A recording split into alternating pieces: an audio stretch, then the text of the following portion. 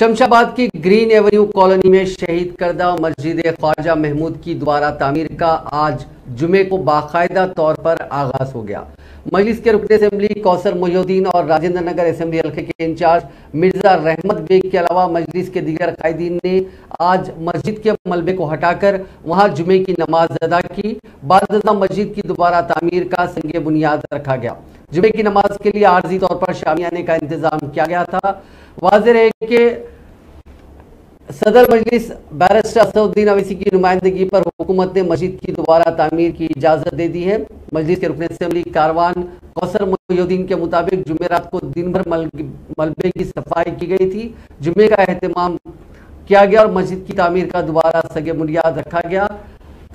مجلس کے علاوہ کانگریس، تحریک مسلم شبان اور دیگر تنظیموں نے اس کو لے کر احتجاج کیا تھا۔ مجلس بچاؤ تحریک کے قائد امجد اللہ خان خالد نے بھی اس مسجد کی شہادت کے خلاف احتجاج کیا تھا اور حکومت سے نمائندگی کی تھی۔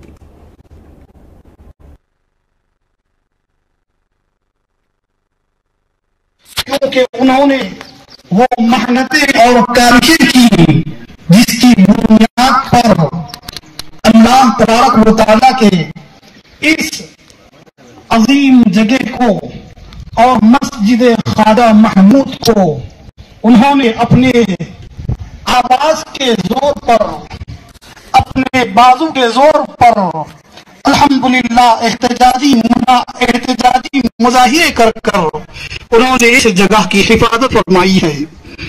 عزیزان ملت اسلامیہ، قرآن مقدس کی میں نے جو آیت کریمہ تلاوت فرمائی ہے، اللہ رب العزت قرآن مجید میں فرقان حمید میں چاہی خوب انداز میں یوں ارشاد فرماتا ہے، انما یعمر مساجد اللہ من آمن باللہ والیوم الآخر۔ اللہ تعالیٰ کی مساجد وہی لوگ آباد کرتے ہیں جو ایمان والے ہیں اور آخر